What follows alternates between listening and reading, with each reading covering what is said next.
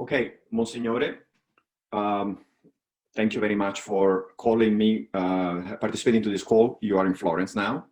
Yes, I am. And I am in Southampton, New York. So we have an ocean between us.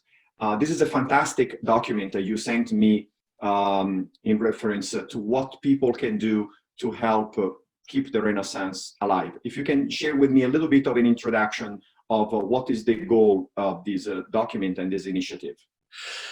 The Opera del Duomo, the Cathedral Foundation in Florence, came into being more than 700 years ago, and its purpose was to build the new cathedral. Today, the purpose is to maintain it, to do restoration of the works of art, and to make it all intelligible to the vast public that normally comes to our doorstep. Because of the coronavirus pandemic, there's no one here now, nor will there be in the next few years. And so this document explains how the Opera del Duomo sees the possibility of partnership with corporations in the first place. The whole cathedral was built. Corporations may want to link their identity to that of Florence, of its creativity, to the spirit of rebirth that the Renaissance that was born right here in our cathedral communicates. And so this is an invitation to join us in propagating a deeply fascinating idea.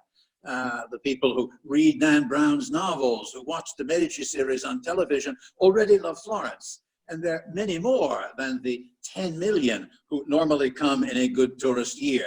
And so we're proposing ways in which corporations, but also foundations and individuals, families, for example, can have a share in the prestige, but also in the challenge that the Cathedral Foundation still carries forward. Indeed, I see here also some very interesting educational themes.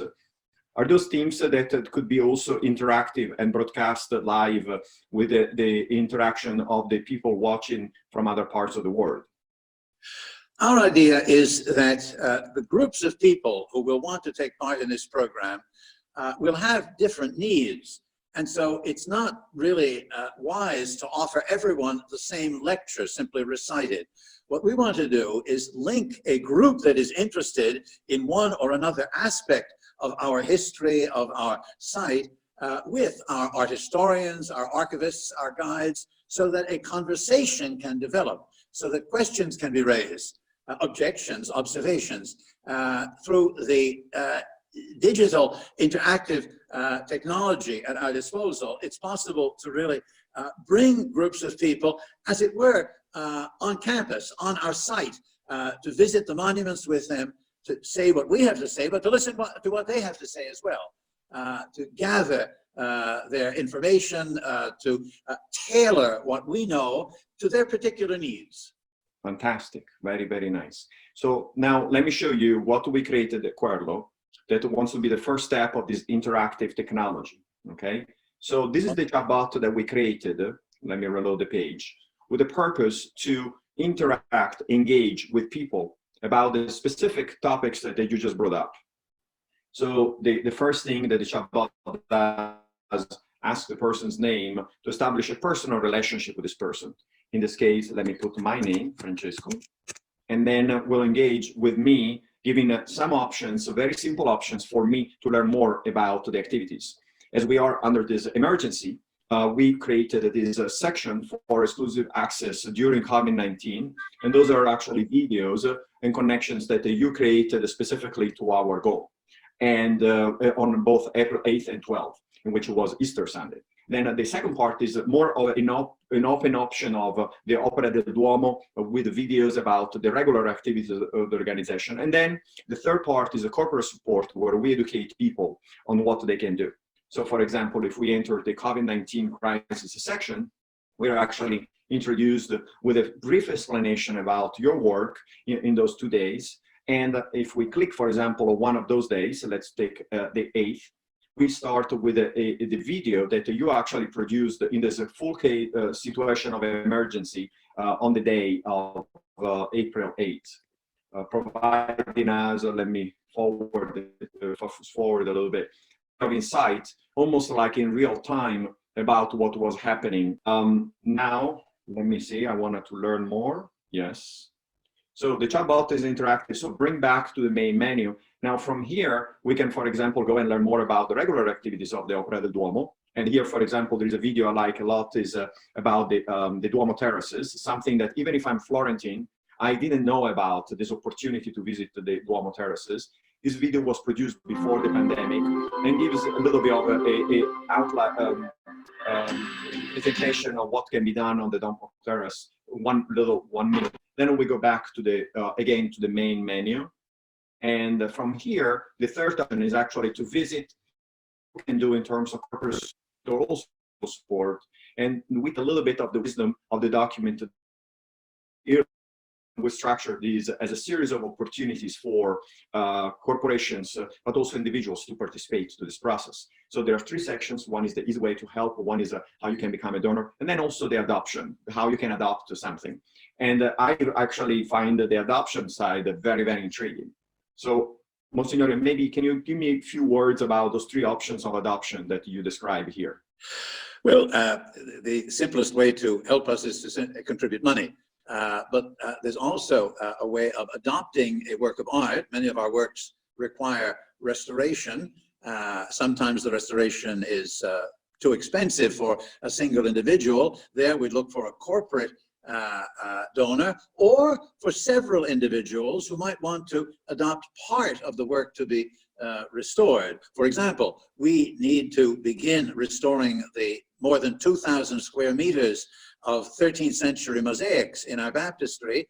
There are literally hundreds and hundreds of figures. You could adopt 1 figure for a reasonable price. A group of people could adopt an entire section of the mosaic, and so on. Very nice. Okay, a little bit of information about how the Opera del Duomo is structured in terms of employees and how people can help to keep this organization alive, also from a perspective of helping the staff to stay in their work. The Opera del Duomo, which is an ancient bureaucratic structure, has grown dramatically in recent years, precisely in response to the vast increase in mass tourism, which is now totally interrupted. So we find ourselves with more than 200 employees that really have to keep working, because we know that one day, perhaps not very soon, but in the next couple of years, we hope, the tourists will begin to return. The employees are administrative. There's a board of directors that receives absolutely no salary. These are distinguished members of the Florentine community who, for 3 years at a time, the mandate lasts 3 years, contribute their expertise and their time. But then there's an administrative director, there are other administrators, and below them there are department heads. We have a communication department. The museum is considered one of the departments of the Opera del Duomo. The archive is another department. This is an archive with documents going back 1,000 years, including, among other things, the baptismal certificate of Amerigo Vespucci, the man who gave his name to America, the famous map maker. We have a technical department with stonemasons, carpenters, electricians. These big old buildings need continual repair, and we certainly don't call Mr. Fix-It. We have our own people to do this, and these are highly specialized people. We have our own restorers for our works of art. So we're talking about, and then in addition, we have guards and custodians and cleaning people, what any great institutional foundation would have. So all of these people who are skilled, each in his own category, her own category, really need to be sustained. At the moment, we don't know how to pay their salaries. That's one of the basic problems. But at the same time, we do not want to send them home because they are the Opera del Duomo. Opera in Latin means works. And the real translation would not be foundation, but office of works, founded in 1296. An office of works needs workers. These are the workers. And we have to sustain them. Okay, perfect. Thank you very much. I really appreciate this, and we'll talk further next week about. I appreciate this, and we'll start spreading the word. Thank you. Okay, thank you, Francesco.